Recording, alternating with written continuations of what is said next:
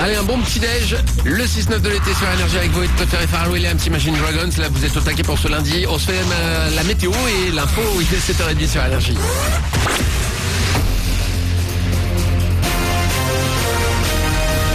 Toute l'actu sur Avignon avec Frédéric Plat. Bonjour, après les orages de cette nuit, des pluies. Les orages sont encore possibles pour cet après-midi en Vaucluse et le long du Rhône.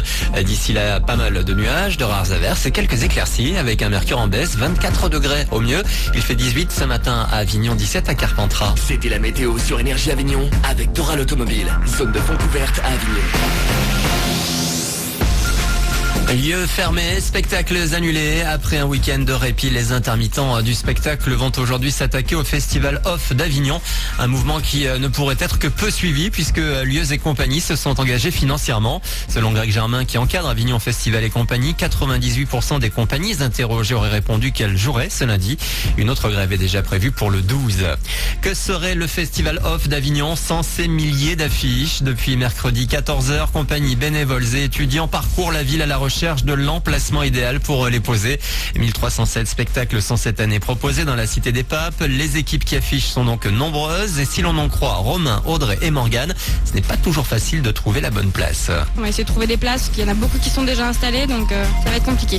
On a sectorisé la ville en fonction des zones géographiques, des points stratégiques qui sont que tout le monde connaît à Avignon, tous les afficheurs les connaissent. On va afficher entre 100 et 150 affiches par spectacle. On a 6 spectacles affichés là. Ça va être la guerre avec les autres compagnies comme chaque année pour tout le monde. C'est vrai qu'on voit des belles risques parfois. On est là pour un bon moment aussi, donc après on verra comment ça se passe. À la guerre comme à la guerre. Propos recueillis par Charline Massari, vous avez jusqu'au 27 juillet pour profiter du off. Un dernier effort, début des euros de rattrapage du bac aujourd'hui. Jusqu'à mercredi, les 95 000 candidats qui ont eu entre 8 et 10 de moyenne générale doivent repasser 2 épreuves pour récupérer les points manquants. Au bout, on l'espère, le précieux diplôme. Bonne chance et bon courage à tous.